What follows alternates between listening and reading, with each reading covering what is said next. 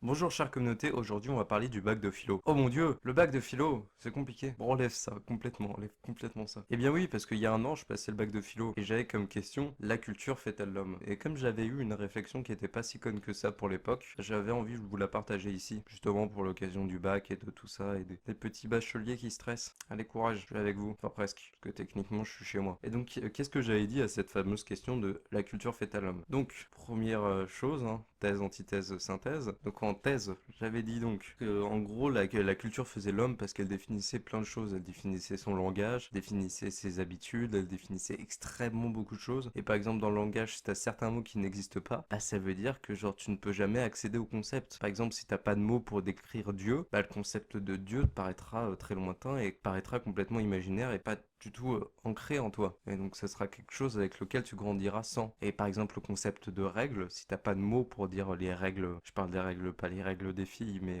les règles, les lois, je parle des règles, les lois, hein, bien sûr, pas l'instrument de mesure, bah c'est-à-dire que genre tu pourras pas comprendre ce que c'est que l'autorité, tu pourras pas comprendre ce que c'est une autorité supérieure, enfin, il y a tout plein de concepts auxquels à côté tu passes, donc ce qui fait que l'homme et son caractère, son identité, complètement biais par la culture. Donc voilà pour la thèse, ce que j'avais mis en thèse. Et ensuite, bon après je suis pas complètement d'accord avec cette thèse du fait que bah, je pense qu'on a quand même chacun un peu une sorte d'identité au-delà de notre culture, une sorte de remise en question de notre culture qui est possible, même si en fait on a besoin de notre propre culture pour faire cette remise en question de la culture. Enfin bref, je pense que notre identité est liée complètement à notre culture, mais qu'en même temps il y a une sorte de petite unicité en chacun de nous qui fait que on arrive quand même à se différencier par rapport à notre culture par des facteurs qu'elle n'arrive pas à définir, comme ceux de naissance, nos goûts. Elle arrive à certes beaucoup ancrer dedans et à s'ancrer dans nos goûts, mais elle n'arrive pas à complètement les définir et c'est par ces petits trucs qu'on arrive à retrouver notre identité. Enfin bref, voilà pour la thèse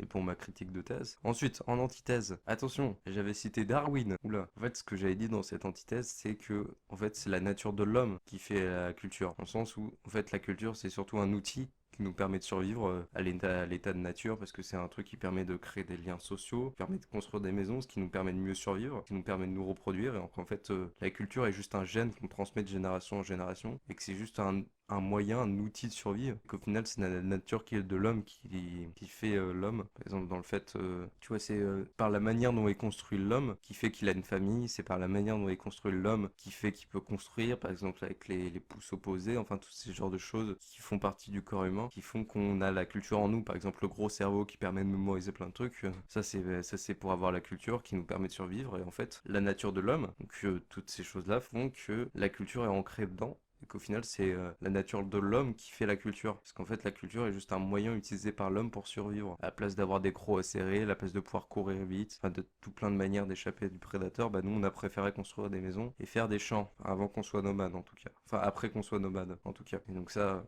selon la théorie de l'évolution de Darwin. Eh oui, moi je suis des scientifiques pendant mon bac de philo. Qu'est-ce que tu vas faire? Et ensuite en synthèse, bah j'avais dit que justement en fait au final la nature de l'homme fait la culture et la culture fait l'homme. Au final en fait c'est une sorte de cercle vicieux qui se crée, enfin vicieux ou vertueux, on t'appelle ça comme tu veux, et qui fait qu'en gros la culture est nécessaire à l'homme et l'homme est nécessaire à la culture. Sans la culture il n'y a pas d'homme et sans l'homme il n'y a pas la culture. Et sauf que c'est un peu plus complexe de ça que ça parce qu'en fait c'est la nature de l'homme qui fait la culture. Enfin bref, pas une super synthèse quand même. Donc en petite conclusion de cette vidéo sur mon bac de philo, je dirais qu'au final tout ce qu'on peut retenir c'est que quand même on est beaucoup accroché à cette notion de culture, qu'elle nous permet de survivre, mais aussi elle nous définit nous dans notre identité énormément. Par exemple là je suis en train de parler en français et c'est pas du tout anodin que je suis en train de parler en français. Ou cette chemise, elle est pas du tout anodine cette chemise. Elle est faite de la culture qui m'entoure et qui est pas été définie par par mon identité, mais par tous les autres humains qui font partie de cette culture. Et ça a des grosses conséquences de faire partie d'une culture. On a choisi ce moyen de survivre, c'est un moyen qui est pas si dégueulasse que ça. Parce qu'au final, je peux faire des vidéos grâce à ça.